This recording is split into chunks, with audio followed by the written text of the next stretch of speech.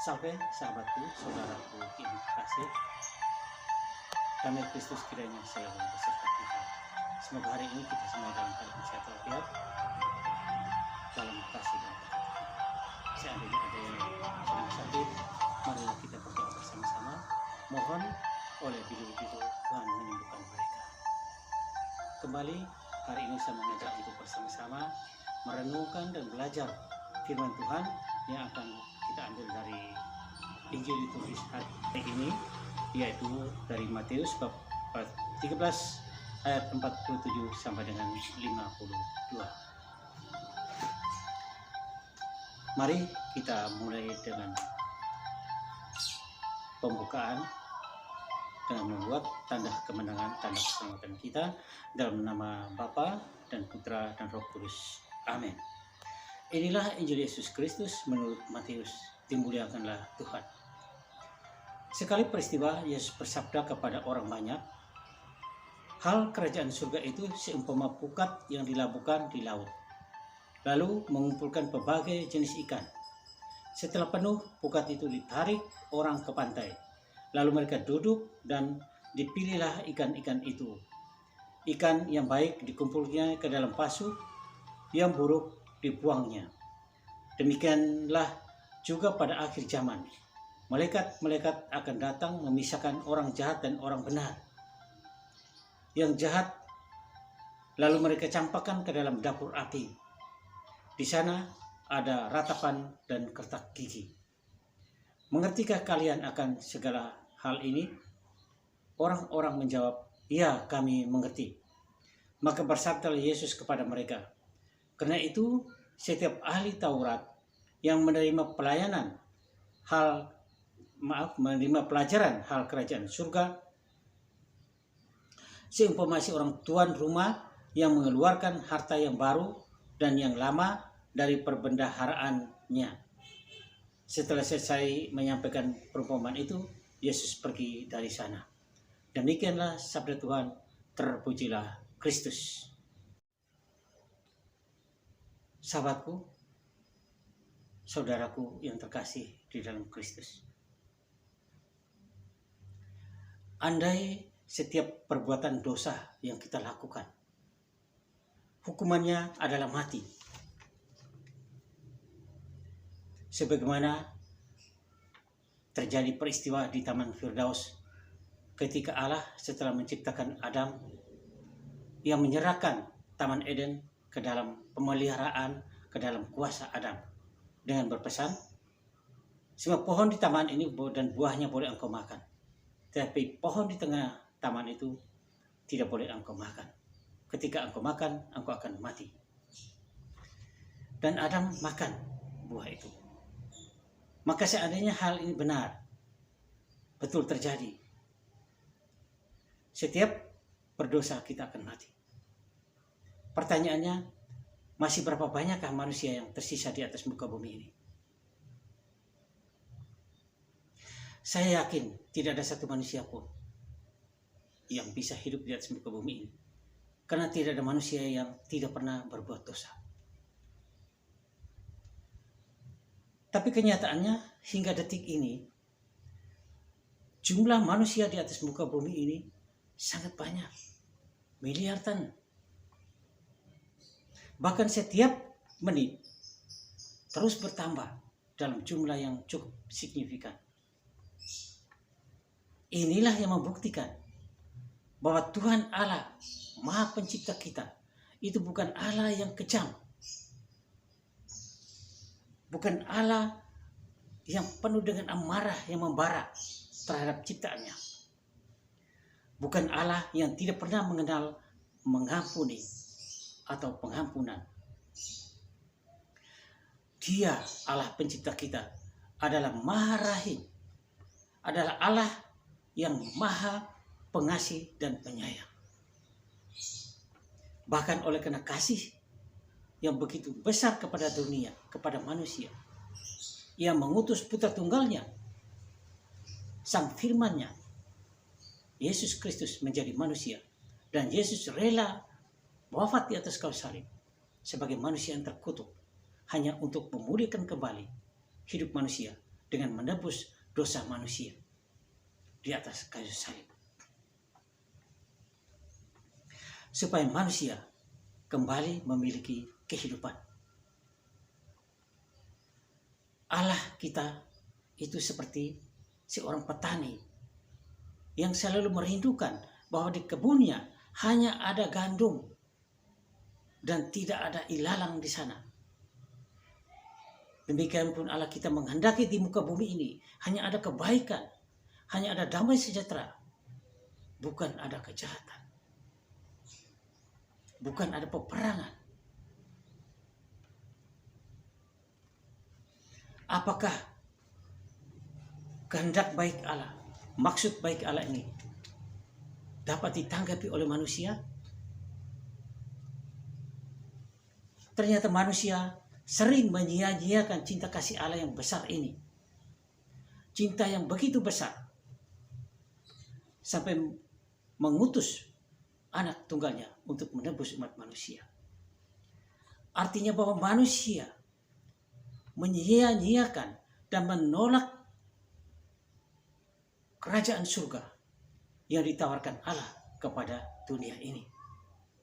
Di dalam diri Yesus, banyak manusia yang menolak Yesus, Sang Utusan. Hari ini lewat bacaan Injil, sebagaimana tadi kita baca, Yesus masih berbicara kepada orang banyak, kepada kerumunan orang banyak tentang hal kerajaan surga dengan sebuah perumpamaan. Kita lihat bahwa bacaan-bacaan Injil kemarin dan kebanyakan bercerita tentang Yesus menyampaikan hal kerajaan surga dengan banyak sekali perumpamaan.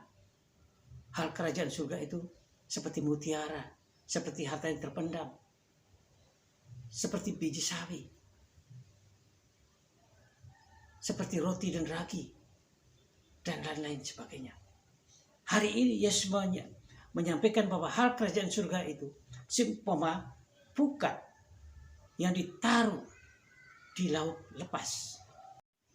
Karena di laut lepas, segala macam jenis ikan bisa terjaring ke dalam pukat itu. Dan memang tidak dikhususkan untuk ikan apa. Semua ikan, ikan baik, ikan tidak baik akan terjaring ke situ, ke dalam pukat itu. Lewat perumpamaan tentang pukat ini, Yesus mau mengungkapkan bahwa manusia hidup di dunia ini, hidup di alam bebas ini, bagaikan bibit-bibit ikan yang dilepas atau ditaruh di laut oleh Allah, Sang Pencipta.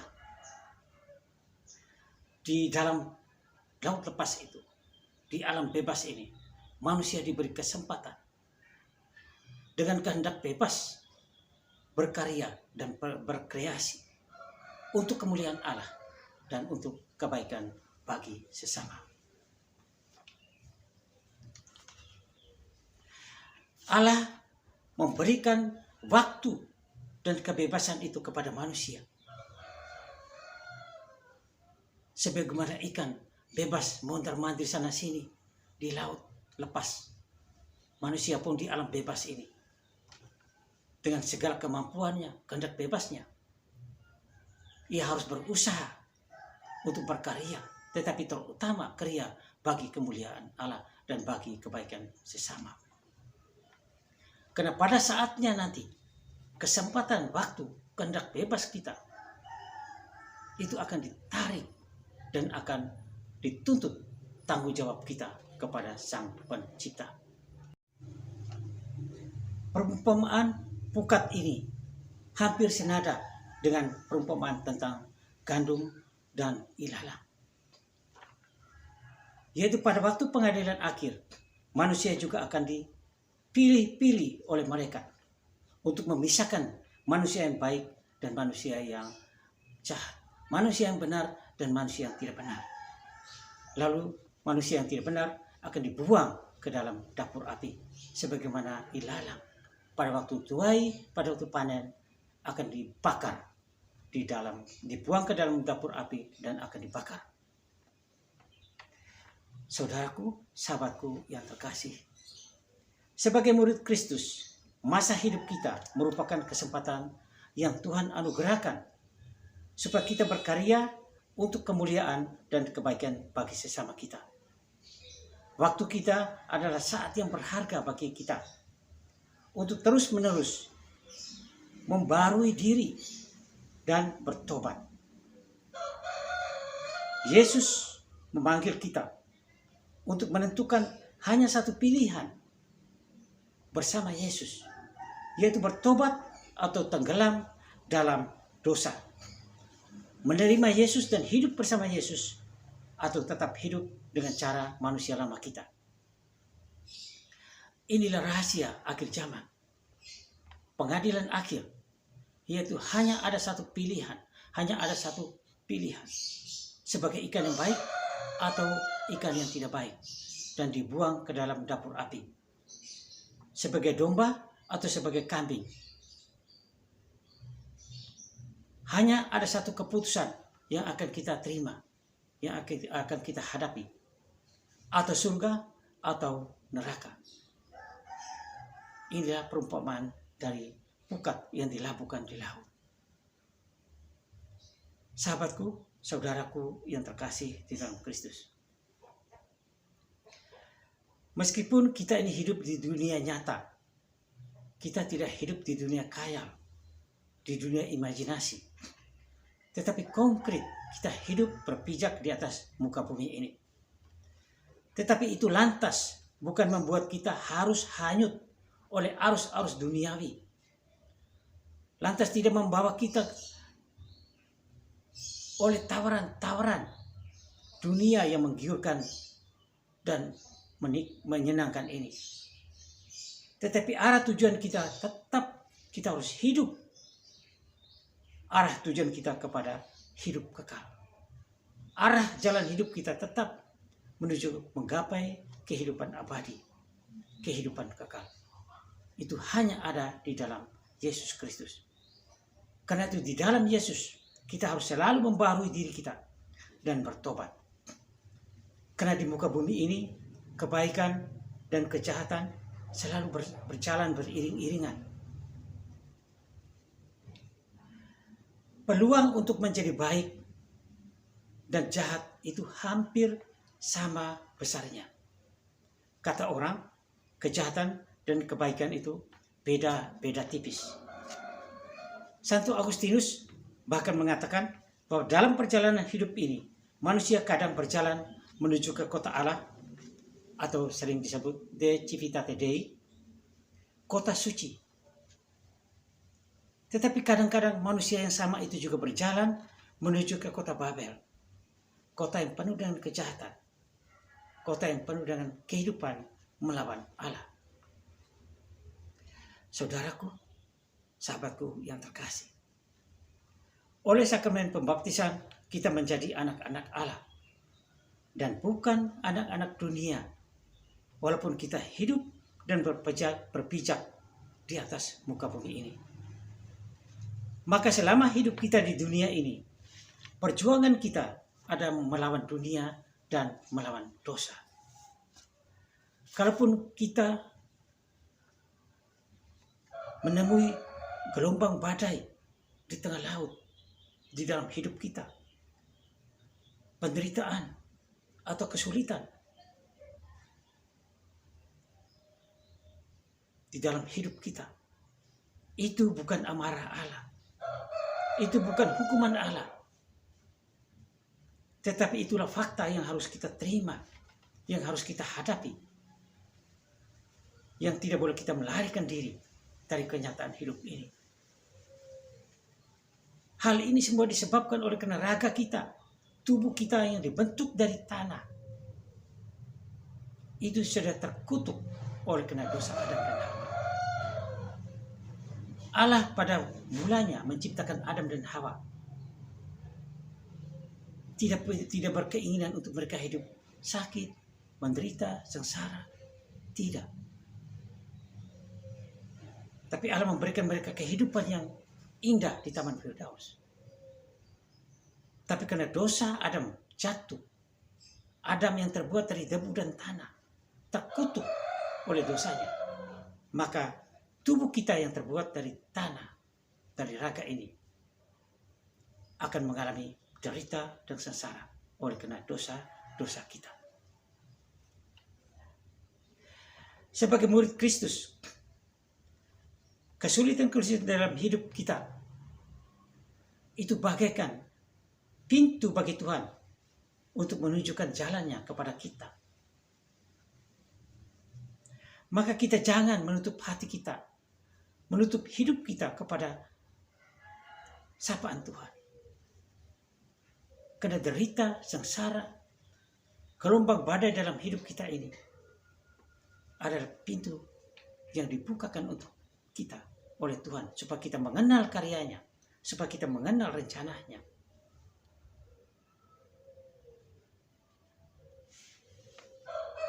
Maka sekali lagi kita jangan menutup diri kita, menutup hidup kita terhadap jamaat Tuhan, terhadap rencana Tuhan. Tetapi kita justru harus menata setiap serpian pengalaman pahit kita, pengalaman kegelapan dalam hidup kita, supaya kita menemukan gambar karya kasih Allah melalui peristiwa-peristiwa yang menyakitkan, kegagalan, kepedihan, sengsara dan derita. Disinilah kita akan menemukan bahwa Tuhan berkarya di dalam hidup kita. Jangan sampai kita ketika menderita, kita lari ke tempat lain. Tapi itulah karya Allah untuk menyadarkan kita, untuk semakin meyakinkan kita bahwa Allah mengasihi kita, Allah berkarya di dalam hidup kita.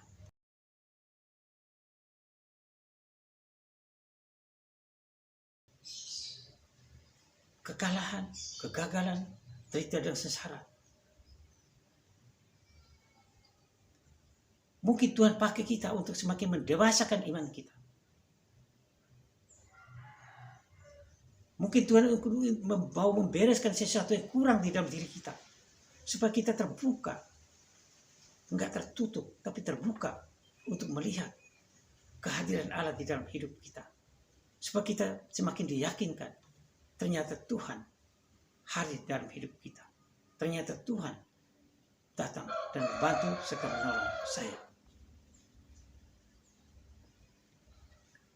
Maka kita serahkan diri ke dalam penyelenggaraan ilahi Allah.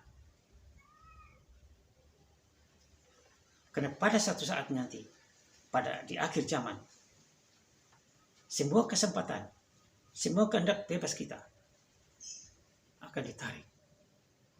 Dan kita akan berdiri di depan hakim pengadilan agung untuk menerima keputusan. Apa yang telah kita lakukan di dunia ini. Apa yang telah kita lakukan dengan waktu yang telah diberikan oleh Tuhan kepada kita. Hanya ada satu keputusan. Atau surga, atau neraka. Terpilih sebagai ikan yang baik dan dimasukkan dalam pasu, atau kita menjadi ikan yang tidak baik dan dibuang ke dapur api untuk dibakar.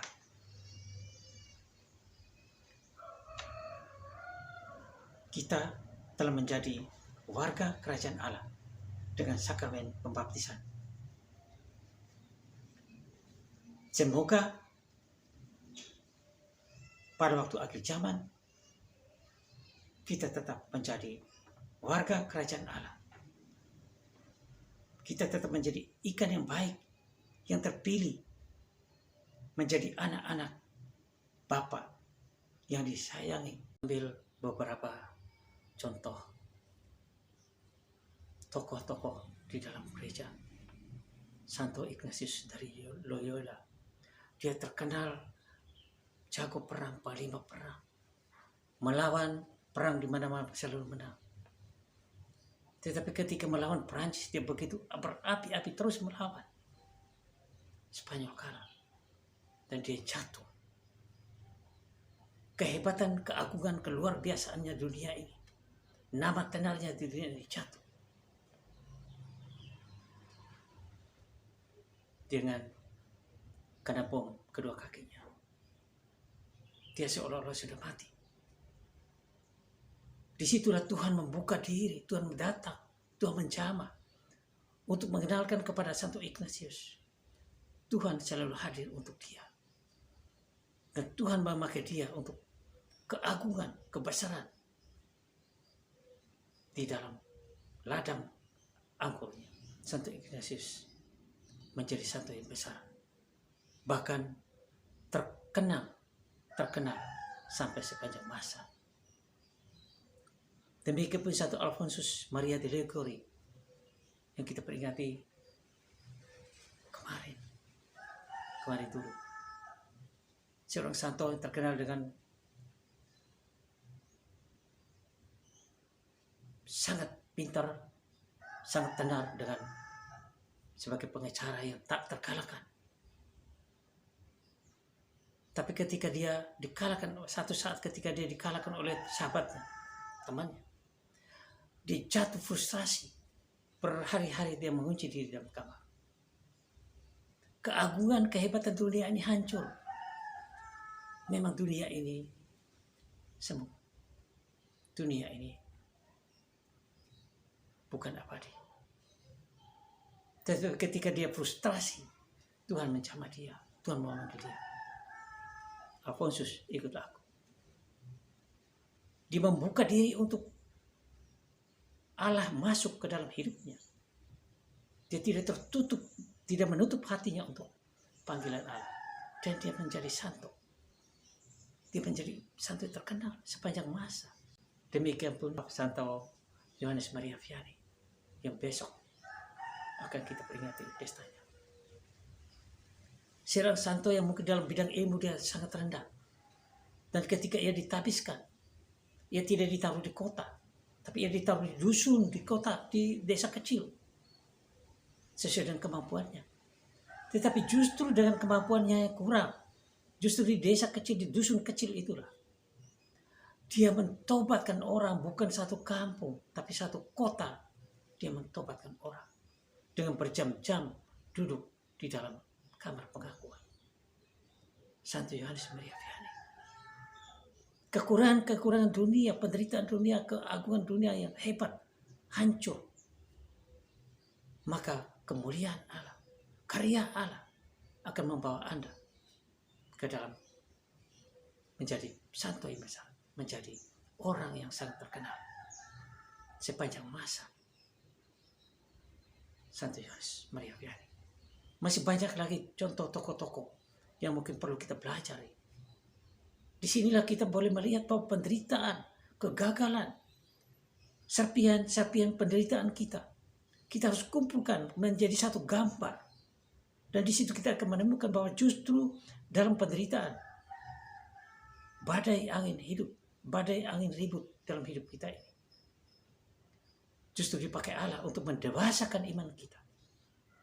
Ketika kita membuka hati kita, membuka diri hidup kita untuk Allah. Dan kita akan menemukan bahwa betapa luar biasa kasih Allah dalam hidup kita. Allah memakai kita untuk karya agungnya, di ladang gandumnya, di kebun anggurnya. Sahabatku, saudaraku terkasih di dalam Kristus. Karena itu ketika kita menghadapi penderitaan, kepedihan, keprihatinan dalam hidup, mungkin derita yang tidak pernah habis, tidak pernah berakhir, jangan pernah kecewa. Jangan pernah kecewa dengan Tuhan. Tuhan seolah-olah tidak ada, Tuhan seolah-olah mati, Tuhan seolah-olah tidak bisa menolong kita. Jangan pernah kecewa. Mungkin itulah pintu bagi Tuhan untuk menunjukkan siapa Dia untuk kita. Mungkin itulah pintu bagi Tuhan untuk menurunkan embun rahmat-Nya, pertolongannya kepada kita, mendewasakan iman kita. Sehingga pada waktu pengadilan akhir, berdiri di depan Hakim yang Maha Agung, kita terpilih menjadi ikan yang baik, bukan ikan yang buruk, yang jahat, yang jelek, dan dibuang ke dalam dapur api untuk dibakar. Kita tergolong di sisi domba oleh para malaikat, bukan di sisi kambing yang akan dibuang ke dalam neraka. Kita akan tergolong menjadi warga kerajaan Allah.